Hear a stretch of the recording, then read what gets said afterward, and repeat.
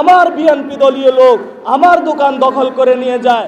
আমরা নির্যাতিত বিএনপির অনেক ভাই আমাকে বলে যে ভাই আমি বিএনপি করি, মুখ খুলে কিছু বলতে পারি না, আমার লোক আমার দোকানে চাঁদাবাজি করে, আমার বিএনপি দলীয় লোক আমি যদি চাঁদা না দিই আমার উপর সন্ত্রাসের রাজত্ব কায়েম করে। আমি কোন দেশে আছি?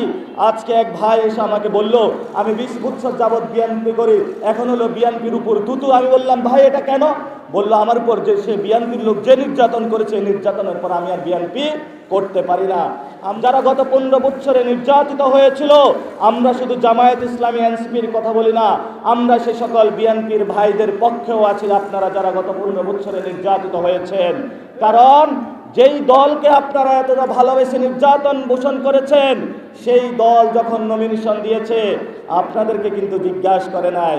নমিনেশন দিয়েছে আপনার পকেটের টাকা যে নিয়ে গেছে হলো সেই ঋণ খেলাপিকে।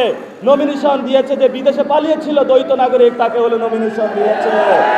লজ্জা তাদের জন্য। বাংলাদেশের মানুষের সাথে তারা প্রতারণা করেছে। যারা ফেসিবাদের নব্য ফেসিবাদ হতে চায়, ওরা এই গণভোটে হলো না ভোটের পক্ষে ক্যাম্পেইন করছে।